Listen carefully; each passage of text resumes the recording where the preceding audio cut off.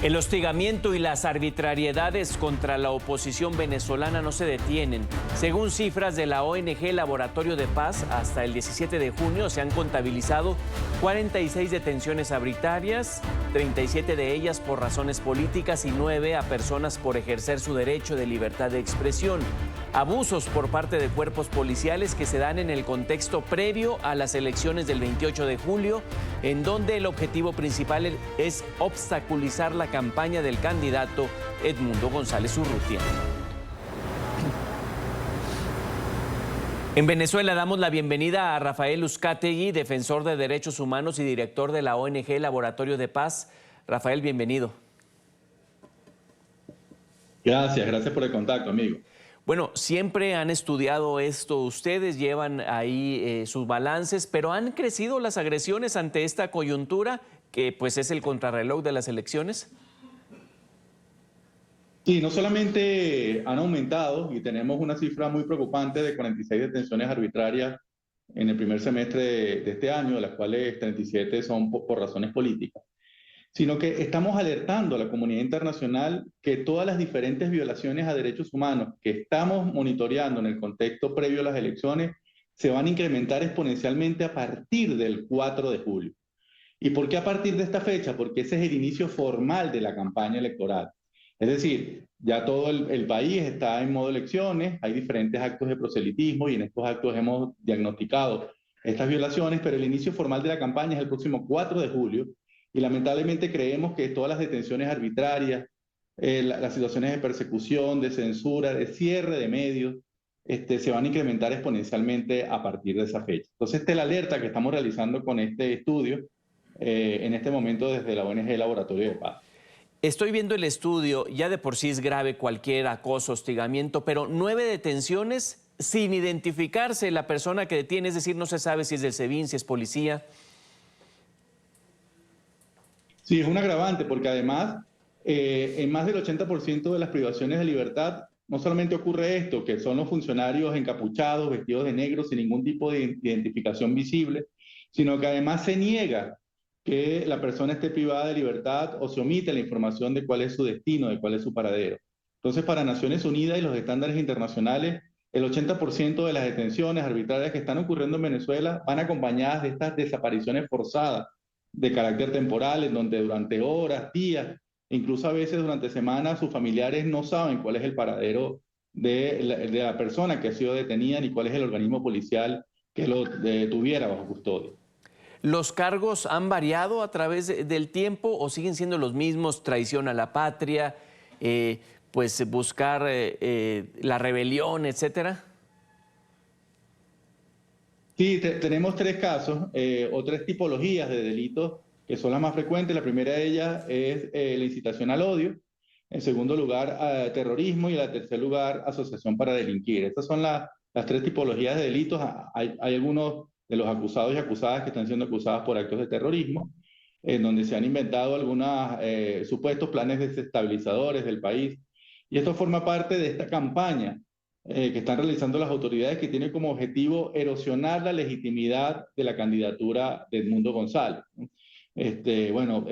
Intentando vincular a que esa propuesta política tuviera detrás planes desestabilizadores o planes de violencia alrededor de la fecha electoral que está plantada para el 28 de julio. Así que se intenta erosionar su legitimidad, pero además también estas detenciones arbitrarias que son contra el equipo logístico de su campaña, contra miembros de su equipo comunicacional, también intentan limitar la eficacia con la cual se está realizando en este momento en Venezuela toda la campaña a favor de la propuesta del candidato Edmundo González. Recordar que María Corina Machado ha visitado 15 estados del país y en 13 de ellos se han monitoreado situaciones de hostigamiento y represalia.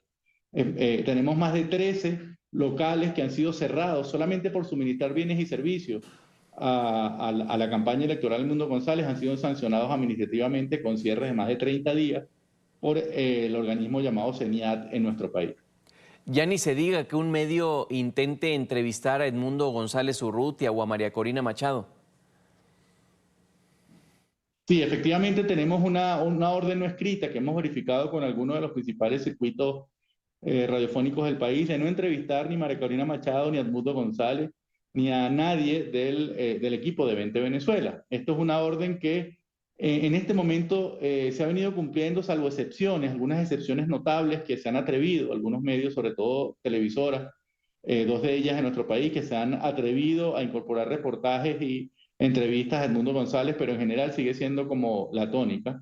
Tenemos 6 casos emblemáticos de censura, periodistas que su programa se ha suspendido porque habían pautado una entrevista con Edmundo González. Tenemos que 47 medios de comunicación continúan bloqueados para su acceso dentro de Venezuela. Es decir, si tú lo quieres consultar, tienes que utilizar un servicio de VPN.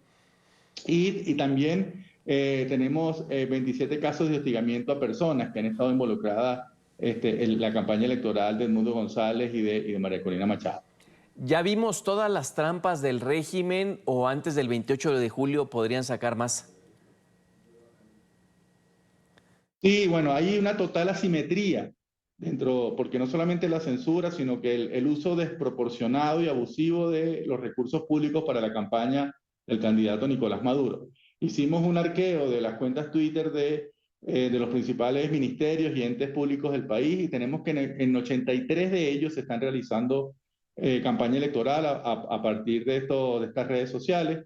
En 9 medios hay contenido propio, pero en todas están redivulgando los mensajes de Nicolás Maduro, sus mensajes de campaña, en donde está visitando el país también para promocionar su opción. Entonces hay una asimetría total en el uso de los recursos públicos y yo creo que esto, digamos, vamos a ver, lo vamos a ver de manera mucho más grotesca a partir del 4 de julio cuando se va a iniciar formalmente, según el cronograma del Consejo Nacional Electoral, la campaña. El 4 de julio. Todas estas acciones por parte del régimen, lo sabemos, son con intención de crear miedos. ¿Tú cómo ves a la gente desde ahí adentro? ¿Con miedo o de pronto ya cambió de bando este sentimiento? Ahora está con Maduro. Sí, efectivamente, una de las características de este momento político en Venezuela es la rebelión de la antigua base electoral oficialista que hoy, digamos, cansada de sus deplorables condiciones de vida, se está manifestando a favor de una opción de cambio y a favor de la opción representada por Edmundo González.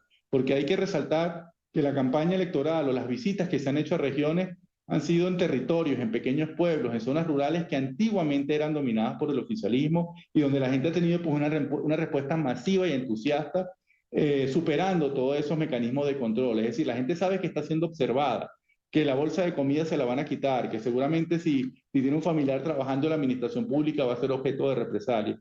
Pero a pesar de esos mecanismos de control que siguen existiendo, la gente de manera valerosa y de manera desafiante está expresando la necesidad de un cambio en el país y eso, digamos, se está reflejando en las encuestas más confiables de Venezuela, donde se le está dando un margen entre el 20 y el 30% de ventaja a Edmundo González. Sin embargo, se sigue con esta campaña para educar a la ciudadanía, para organizar todas las presencias en las mesas de votación el día de las elecciones y especialmente para decirle a la gente que tiene que haber una participación contundente que pueda blindar la posibilidad de un cambio en nuestro país. Rafael Uzcategui, muchísimas gracias por el espacio. Gracias a ti, amigo, siempre en contacto.